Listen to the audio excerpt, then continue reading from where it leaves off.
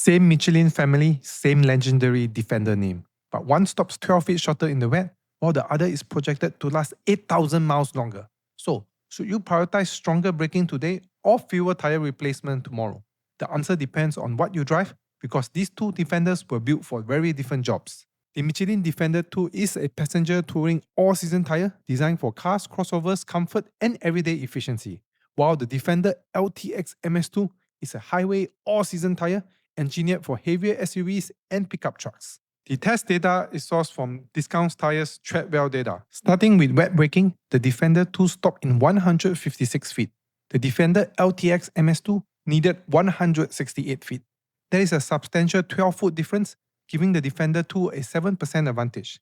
In an emergency stop, that extra distance could matter far more than a small improvement in comfort or efficiency. But wet handling reverses the results. The Defender LTX MS2 scored 4 out of 5, compared with the 3.5 for the Defender 2.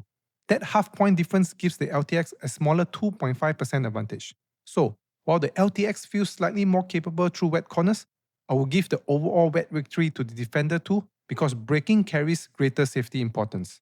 Snow is where the Defender LTX MS2 begins fighting back. It stopped from a snow braking test in 103 feet, compared with the 105 feet for the Defender 2. There is only a 2-foot or 2% advantage, small but still measurable. The larger difference appears in snow acceleration. The LTX scored 3 out of 5 rating, while the Defender 2 managed only 2. That 1-point gap represents a 5% advantage for the LTX.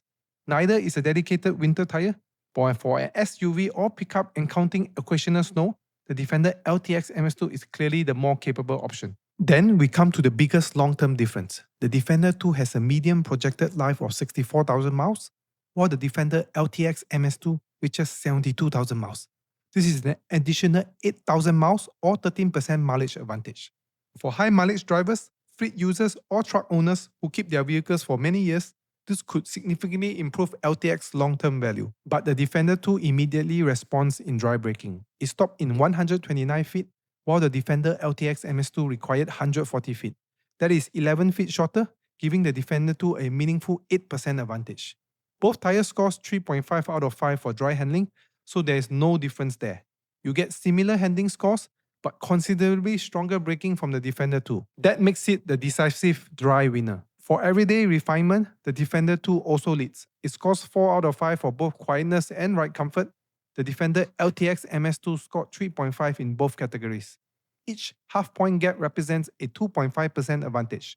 On paper, that sounds small, but noise and comfort affect every mile you drive, making the Defender 2 better suited for passenger cars and comfort-focused crossovers. Now for the surprise. In the fuel efficiency rating, the Defender LTX MS2 scored 4 out of 5, compared with only 2.5 for the Defender 2. That is a 1.5-point gap representing a clear 7.5% advantage for the LTX.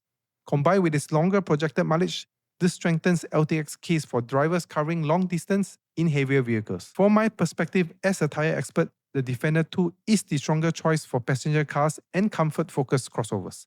Its 12-foot wet braking advantage and 11-foot dry braking advantage provide the more important safety benefit. It is also quieter and more comfortable for everyday driving. For heavier SUVs and pickup trucks, I would choose the Defender LTX MS2.